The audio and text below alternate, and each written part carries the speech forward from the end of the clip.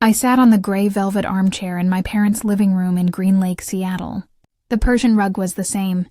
The picture frames on the wall hung perfectly straight. Everything was calm, except for my mother's words. "You understand why you shouldn't come, don't you?" She asked it as if she were reminding me to take out the trash, not discussing Madison's wedding. I looked down at her hands, fingers intertwined. Her nude manicure as perfect as always. My camera bag sat on the floor next to my chair. It felt heavier than usual. "A bride straight out of a magazine needs a flawless picture," she continued. "And your presence. It would make things awkward." I didn't know what to say. I bent down, slung the camera strap over my shoulder, and stood up. "I understand. Before we continue, please let me know where you're from, and if you've ever seen someone treated this way. Share your thoughts in the comments, and don't forget to subscribe so you don't miss the stories to come. My name is Elena Moore. I'm 27. I'm a freelance photographer specializing in architecture and travel. Not the kind of influencer who leans against a brick wall, but the kind who stands in the middle of an empty street at 6 a.m., waiting for the first light to hit a building's glass facade. My apartment is on the 3rd floor of an old building in Fremont, Seattle. Low ceilings, white walls, and a window overlooking an old oak tree. On my desk sits a Canon 6D, a few old lenses, a stack of photography magazines, and 2 unwashed coffee mugs. The rent is $200 a month, which I pay myself. For every contract I shoot for real estate firms, I keep the invoices meticulously, just in case for tax season. Everything is just enough, never lacking, but never in surplus. I'm not the person who gets mentioned at family gatherings. If anyone asked my mother about me, she would say, "The girl is fine, still doing that photography thing." But when they asked about Madison, my younger sister, her voice would light up. "She just got a promotion at her marketing firm. She's about to marry Gregory, my future son-in-law who works in finance. Very successful." I used to think that was normal. Every family has one person they talk about more. I just never thought I would become the person erased from the picture. Madison is 3 years younger than me, with pale blonde hair and a voice that is always just loud enough for everyone to hear. Since we were children, she has always known how to find the center of every photograph. I was always on the edge of the frame, camera in hand, taking pictures of them, saving images no one would ever print. I still remember my 15th birthday. I was hoping my parents would get me a set of ND filters, but I hadn't saved up enough for them. Instead, they bought Madison a new dress, saying, "She needs it for her ballet recital."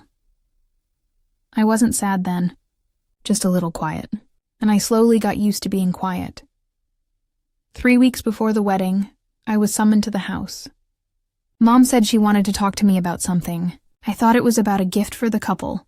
The living room was unchanged. The old Persian rug, my parents' wedding photo, and the white orchid in the corner. Mom sat on the sofa across from me, a cup of hot tea held between her hands. Her voice was soft, almost a whisper. "You understand why you shouldn't come, don't you?" For a moment I thought I had misheard, but her eyes weren't joking.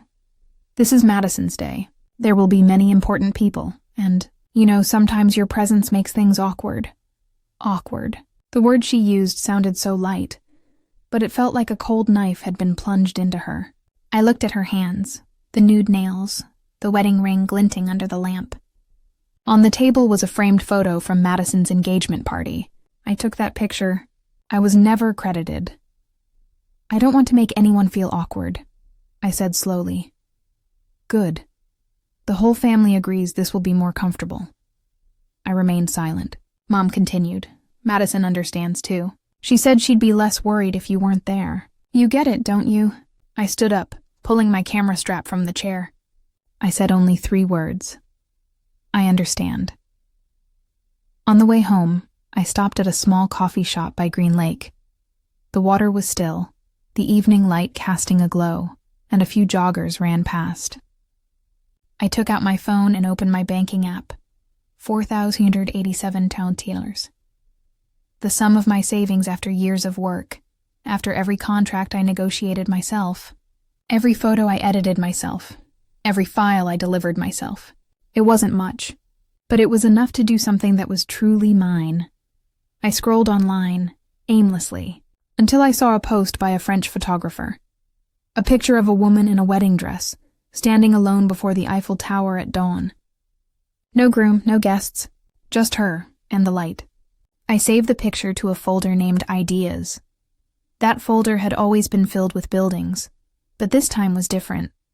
I didn't know why, but my heart was beating faster than usual. Maybe because for the first time in years, I thought about a frame where I would be the one in the center. 3 days later, Harper, my best friend, texted me.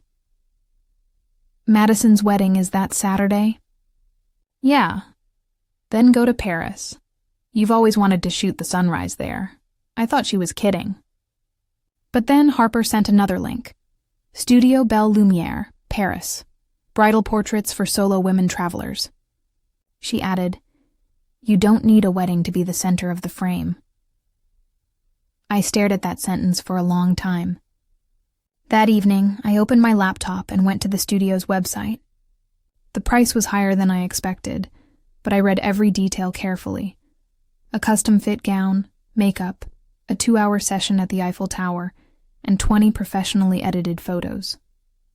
I paused at a small line in the description. For women who choose their own light. I didn't decide that day, but I knew, from that moment on, the conversation in my mother's living room was no longer the end. I booked my ticket to Paris on a rainy midweek night. Harper came over to help me pack. She always knew what I needed before I even had a chance to say it. We folded the ivory silk dress between a layer of thin fabric, sandwiched between 2 of my photo books, one of Seattle, one of Kyoto. I brought a roll of white ribbon, a small pair of earrings, and my Fuji X100V for street shots. "Missing anything?" Harper asked. I shook my head. "Want to leave anything behind?" I glanced around my apartment. On a shelf, a picture of me and Madison from elementary school. We were smiling, a genuine smile, not a pose. I took the frame down and quietly placed it in a drawer. Not because I was angry, but because I needed space for a different version of myself. Paris in April was colder than I remembered. I arrived in the early morning to a gray sky and the smell of butter and coffee lingering in the air. The small hotel was on Rue Saint-Dominique, a few blocks from the Eiffel Tower.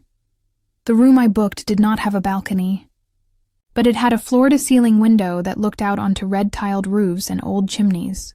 I hung the dress on the window frame, letting the soft light fall on every fold. The first night in Paris, I couldn't sleep. I sat rewriting my shooting schedule, checking the weather forecast, charging my camera batteries and preparing backups. At 3 a.m. I woke up, made coffee, and stood before the mirror. For the first time in years, I put on makeup simply for my own pleasure. I used a light foundation, a thin line of eyeliner, and a dusty rose lipstick. There was no Harper to tell me to fix my hair. No mother standing behind me telling me to soften your smile. There was just me. And the mirror. The studio's driver picked me up at 4:30 a.m. The car glided over rain-slicked cobblestone streets, the streetlights still a hazy yellow. I said nothing, just looked out the window. Everything was strangely quiet. When we arrived at the meeting point, the photographer, Camille, a French woman in her 30s, was already there, wearing a thick coat, holding a light and a tripod. She smiled and her voice was as light as the wind. "I'll go ahead and set up. As for you, don't forget to breathe." I let out a small laugh, not because it was funny, but because I really was holding my breath. We started at a spot looking up at the Eiffel Tower, where the first light sliced through the metal struts. I stood in the center of the frame, the dress swaying gently, my hands relaxed at my sides. No one told me how to tilt my head or what kind of smile to wear. Camille only said, "Think of what makes you feel whole." I closed my eyes. I didn't think of my mother. I didn't think of Madison. I didn't know who would see these photos. Only one image appeared in my mind. Me, at 13, holding a camera for the first time, shooting the sunrise over Lake Union. No one knew I took it. No one praised it. But I had kept that photo to this day. The shoot lasted nearly 2 hours. We moved to different angles, different poses. At one point, I turned my back to the tower, opening my arms slightly, letting the hem of the dress catch the wind. The early morning air was cold. I shivered slightly. Camille handed me her coat. "I want to take 3 more shots," she said. "Because there's something shining from within you. I don't want to miss it." I didn't fully understand what she meant at the time, but I nodded. When it was all over, the sky had brightened completely. Tourists began to arrive, and the crepe stands were opening for business. I changed back into my jeans, folding the dress carefully into a cloth bag. Camille didn't offer any empty platitudes. She just placed a hand on my shoulder and gave it a light squeeze. "Merci." Back at the hotel, I poured a glass of warm water and sat by the open window. The street below was starting to fill with noise, but inside me everything was expanding. For the first time in a very long time, I wasn't trying to remember who needed me. I wasn't trying to prove I was good enough. I just sat there breathing, just as Camille had said. I didn't know what the photo shoot would lead to. I had no intention of posting it online. No tags, no PR. I just thought I would save them, pick a few and print them out, to hang on the wall of my apartment. But Harper had other ideas. The next morning, she called from Seattle. "Send me the photos. I haven't even looked through them. Send them all. I'll choose." I laughed, then uploaded the entire folder to a drive and sent her the link. After looking through them, she said only one thing.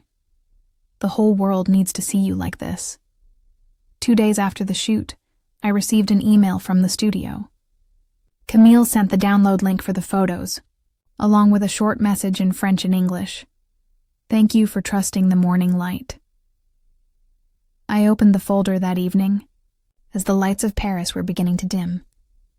Each photo was soft, unadorned, with no fake backdrops or effects.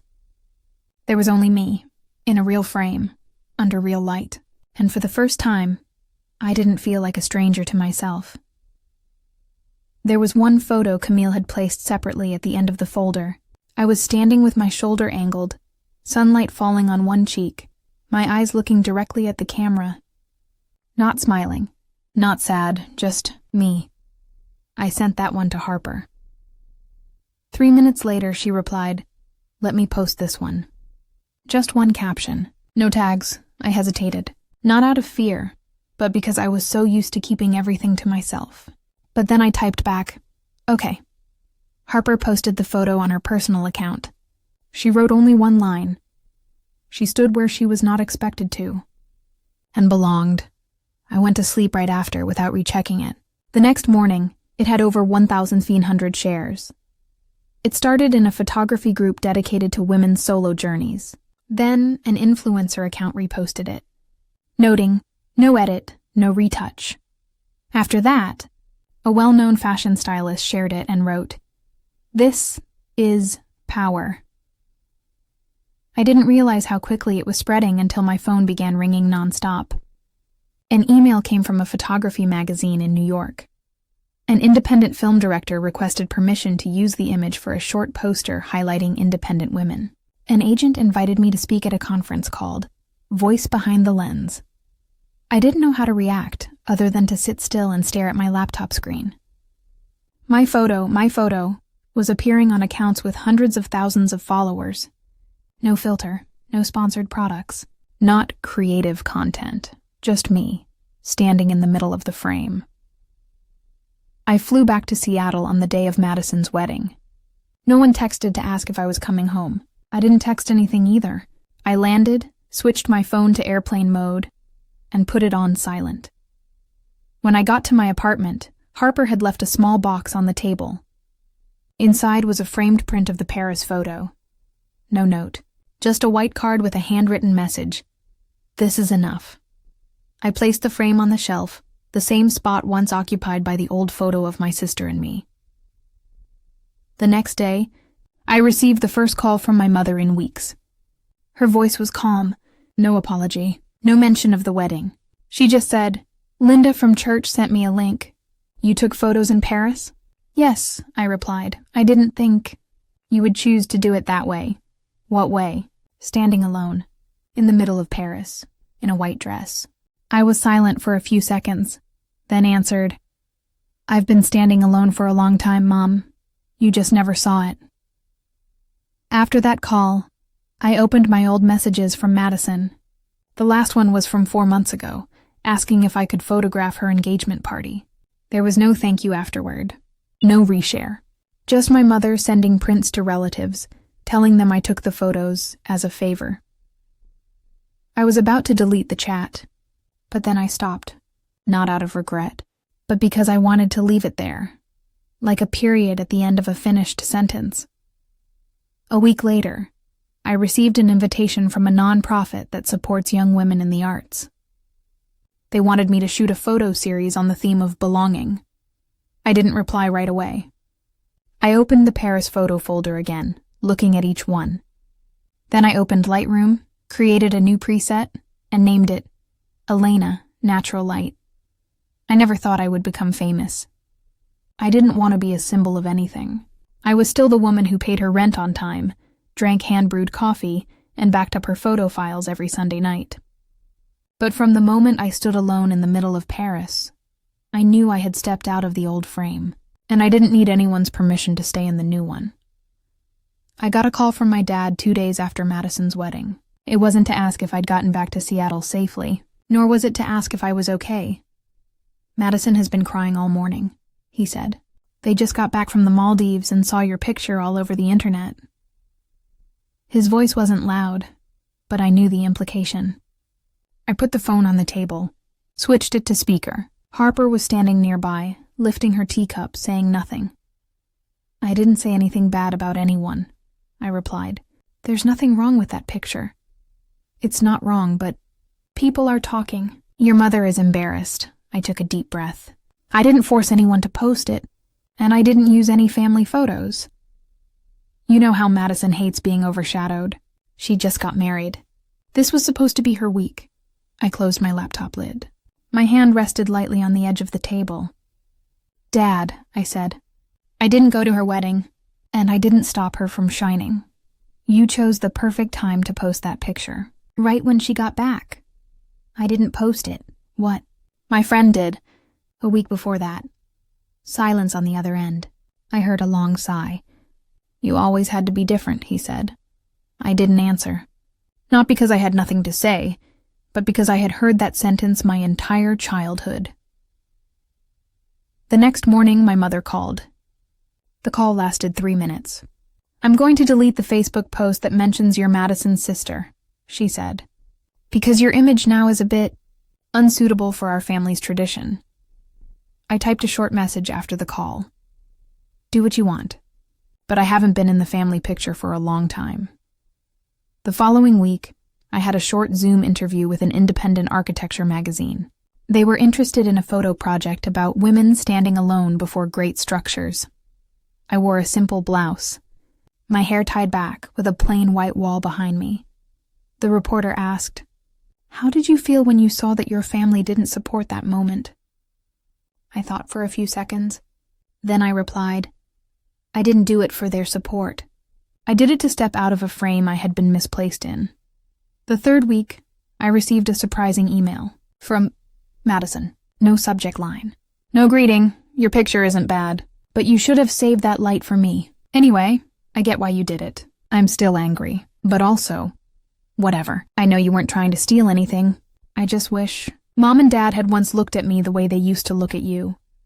I read it over and over. It wasn't an apology, but it was an admission that beneath all the gloss we had both felt invisible. I typed a short reply, then deleted it. Then typed again, "Light isn't something you can save. It's just that you never needed it the way I did." I hit send. I didn't wait for a response. Harper came by at the end of the week. She brought a small cardboard box. Inside was a large print of the Paris photo framed in wood. I looked at her. "What's this for?" "To close a chapter," she replied. "You won't hang it." "I know that, but keep it." I took the frame and placed it in the corner of a closet. Harper said nothing more. She opened Spotify, put on a playlist called Quiet Power, and sat down to drink her tea. I opened my laptop, launched Lightroom, and continued working on the belonging project I'd started. In my head, my mother's voice was gone. Madison was gone. My father was gone. There were only the photographs, each woman in her own space. At the end of the month, I changed my personal profile picture for the first time in 4 years. It wasn't the Paris photo, just a picture of me, my back to the camera, in front of a deserted train station on a lightly sunny day. No caption, no hashtag. But I knew that those who needed to see it would understand. No one called back. No messages asking how I was. No emails inviting me to a get-together. Not a single mention of the viral photo. Everything from my family's side stopped abruptly, as if I had never existed. And strangely, that silence brought with it a sense of relief. The mornings became simpler. Opening the window to let the sun fill the small room. Making a cup of black coffee, I place my camera on the table and wipe the thin layer of dust from the lens. No need to think about what messages might arrive. No more anxiety from checking the family group chat. Work became steadier, too. A few people reached out for portrait sessions. They didn't mention the Paris photo. They just said they liked the light I used, or how the subject stood so naturally, as if unaware of the camera. I'd nod, accept the job, and hang up. One afternoon, Camille sent a link. The photo was being used as a promotional poster for a female photography campaign in France. My name wasn't on it, just the image. I looked at it for a long time. I didn't save it. I didn't share it. But that day, I printed another 8x10 copy. The printer sat near the kitchen, humming quietly as it did most weekends. The photo slid out. I picked it up, turned it over, and wrote in small letters on the back. The first time I stood still. I didn't frame it. I just leaned it against the bookshelf, between 2 old books. The following week, a local arts gathering took place. A small room, chairs folded into a circle, no spotlight, no one standing out. When it was my turn, I spoke about that morning in Paris, when no one demanded anything, no one directed me, and for the first time in my life, I let the light do the rest. An older woman asked, "Have you found more peace since then?" I was quiet for a moment, then nodded. "Yes. It's enough now." A few weeks later, an email from a television talk show arrived. A story of overcoming family trauma. I stopped reading at that line. Didn't open the rest. I hadn't overcome anything. There was no healing, no battle. I had simply taken a different path when the old one was no longer there for me. I replied succinctly, "Thank you for the invitation.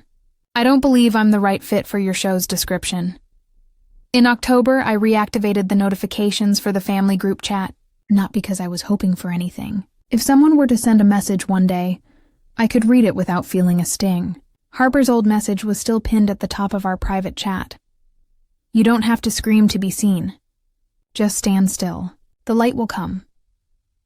The first time I read it, I thought it was comfort. Now I see it as an instruction. Near the end of the year, a 20-year-old girl booked a session. Her hair was freshly cut short, her eyes still hesitant. The shoot took place in a small room with sheer curtains, where natural light slanted through the window. She fumbled with her poses, looking at me with worry. I just smiled. "You don't need to pose. Just stand, as if no one is watching." She nodded slightly. A moment later, her shoulders relaxed, her gaze softened. My finger pressed the shutter, silently. That evening, I took out the old print. I used scissors to trim the edges. Placed it in a thin wooden frame. I didn't hang it, just leaned it gently on top of a dresser, next to a half-burned candle. The room was quiet. No ringing phone, no need for applause, just the dim light on the wall, cast from the small lamp hanging from the ceiling. No need to prove anything, no need for a winner, and no need for a loser. Just a need to stand in the right place and be still. That was enough. A hand flicks the light switch off. The light on the framed photo slowly fades. The room returns to silence, like an autumn morning in Paris. This time, there are no instructions, and no one is needed.